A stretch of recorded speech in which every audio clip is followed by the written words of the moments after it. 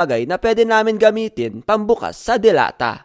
Sa aming paghahanap ay nakakita kami ng isang bakal na matulis na na may kalawang pa at coated ng semento. At yun na nga ang pinagbukas namin sa delata.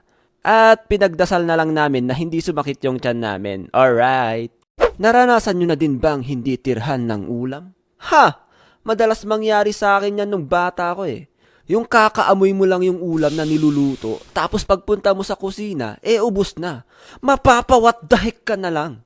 At dahil nga wala kang ulam, ay mapapatingin ka na lang sa asin, soy, asukal, kape, at gatas. Minsan nga mapapamini-mini mo ka na lang kung anong uulamin mo dyan eh. Pero madalas kong ulamin dyan dati pag walang ulam ay yung asukal at kape. Alright. Sinong laging nalilate sa school? Itaas ang kilay!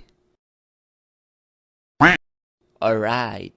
May ganto ba sa school nyo? Yung pag late ka, need mo isulat yung name mo sa guardhouse. Tapos, ibibigay ng guard yon sa homeroom teacher mo. At para iwas pahiya mga pre, tuwing nalilate ako, hindi pangalan ko ang sinusulat ko, kundi ibang pangalan.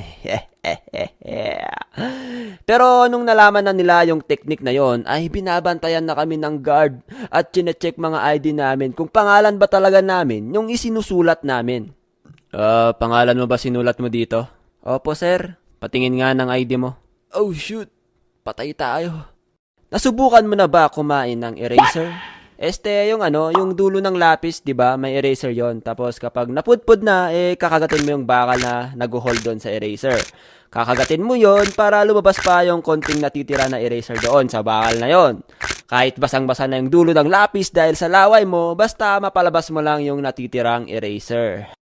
Yung wala kang pandikit para sa papel. Tapos may magsasuggest na lang sa'yo na, yung kanin, pwede pandikit yun. Potek, ginawa niyo din ba yun? Yung kulangot ko sana pandikit ko baka magalit yung teacher ko Dati, nung mahilig pa kami mag-parkour ng mga tropa ko, ay lagi kami nagpupunta sa town para maglaro. Those memories! Play tayo ng mga ilang clips mga tolls.